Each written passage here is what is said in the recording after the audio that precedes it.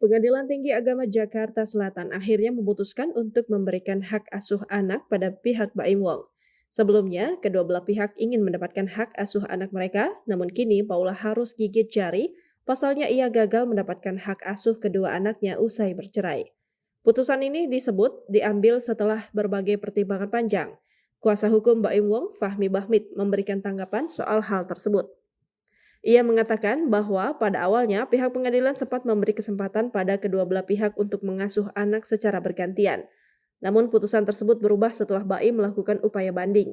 Fahmi mengatakan bahwa pengadilan menilai Paula tak layak untuk mendapatkan hak asuh anak. Selain itu, Fahmi menambahkan bahwa sikap Paula yang terus membuat laporan ke berbagai pihak justru mempengaruhi pertimbangan hukum.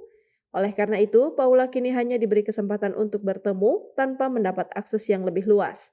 Atas sikap Paula itu, pengadilan akhirnya memberikan hak asuh anak pada Baim Wong. Namun sang aktris masih diberikan akses untuk bertemu dengan anak-anaknya.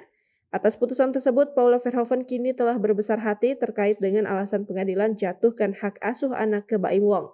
Ia lantas mengungkapkan curahan hatinya melalui media sosial Instagram. Meskipun hasil putusan tidak memihaknya, Paula tetap ikhlas dan menerima dengan lapang dada. Ia pun akan tetap memantau pertumbuhan kedua anaknya.